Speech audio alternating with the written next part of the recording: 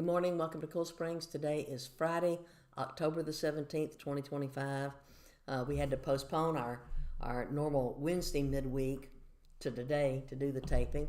And our God conversation today is about family traditions. Because it's October, individually, people are looking at what you're going to do for the upcoming holidays. We always refer to this time of year as the holiday season.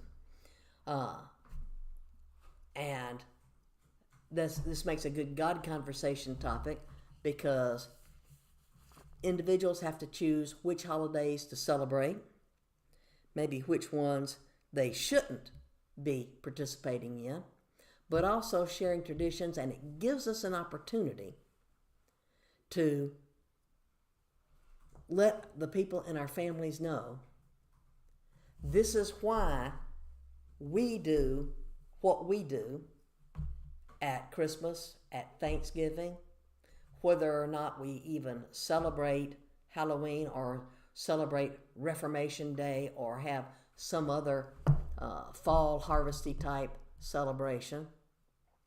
And also, it gives us a chance to explain personal things. I was out here at the church on Wednesday anyway because even though we couldn't tape, we were still having our ladies meeting, and it gave me a chance to sit in on that for a few minutes. And while we were doing that, one of the ladies in the church asked me a question about this ring that's on my index finger. She correctly assumed that it was my late husband's wedding ring, but she had never asked me about that until Wednesday. And so she went ahead and asked, and she probably has had the question for some little time, but just didn't want to ask it too soon. You know, if you know that somebody has lost a loved one, you don't want to say the wrong thing or suddenly bring up a memory that might cause pain. So she's probably had this question for a while and just waited to ask it. And I explained to her, yes, it is my husband's wedding ring. And I also told her about a tradition we had in our family that she wouldn't have known about. Now the people in our church have known me for at least 12 years because I've been a member of the church that long. But when Mark and I first joined this church, he had already retired from his service as a chaplain in the U.S. Army, and he was working another job, a second career, so to speak. So nobody in the church would have known about one of the traditions that we had while he was still serving in the military, because they didn't meet us until he'd already retired. A lot of times when people who are in the military are deploying to war zones, they will choose to take off their wedding ring if it's silver or gold, like this one is gold, and they'll replace it with a silicone ring. It's like the muted rank that they wear sometimes on their uniform. Why? Because if you're going into a desert environment, a lot of our combat troops have to deploy to desert regions where it's extremely hot. You don't want to have a metal ring on your finger. Also, if something happens to you on the battlefield and the enemy gets to you before your fellow soldiers and airmen get to you, the ring might be lost. So a lot of times soldiers will choose, when they're deploying to war zones, to switch out their actual wedding ring with the silicone ring that lets people know, hey, this soldier is a married person.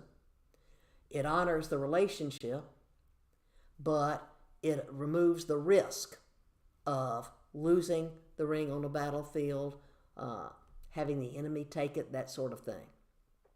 So Mark had been deployed several times to desert zones, and when he'd get ready to deploy, he'd leave the actual wedding ring at home with me.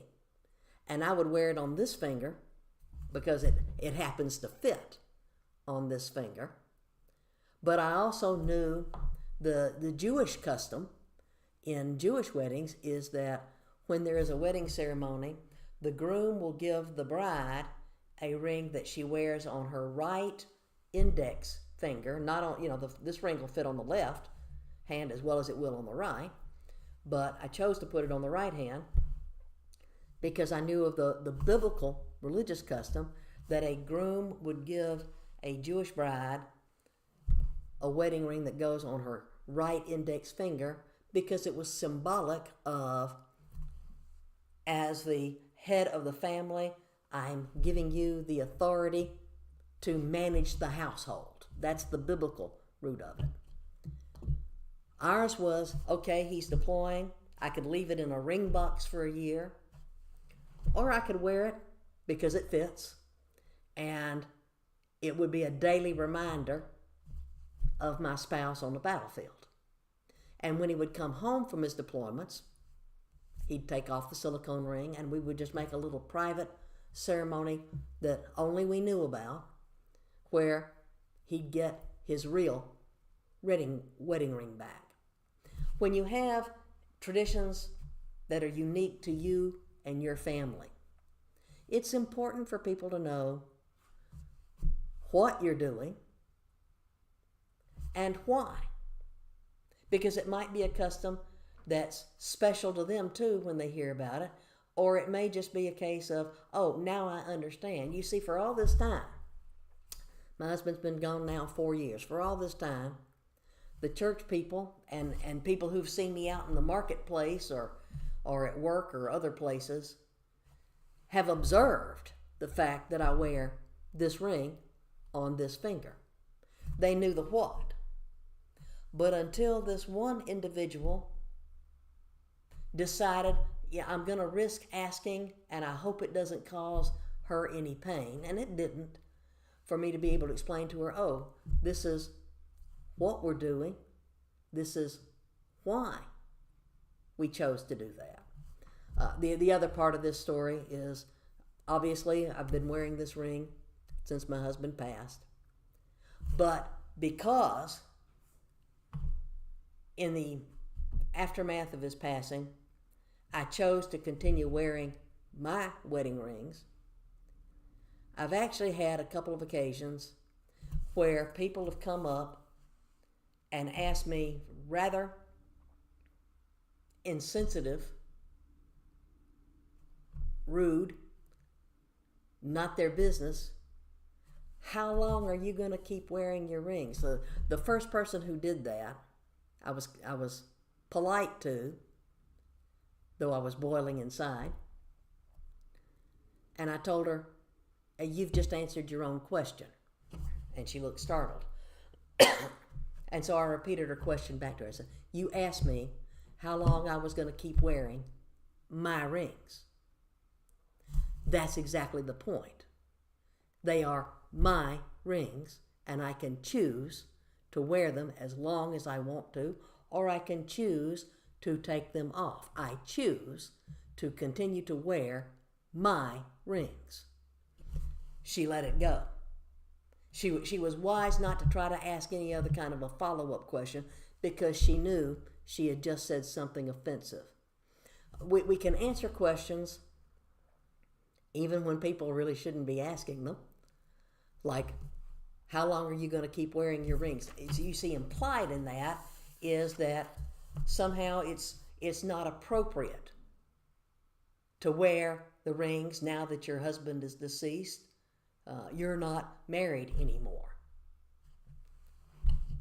Even when you look in the Bible, and the question came up about people who have lost their spouses, and Jesus is giving the teaching saying that, yes, if your spouse dies, you're free to marry again, but you don't have to.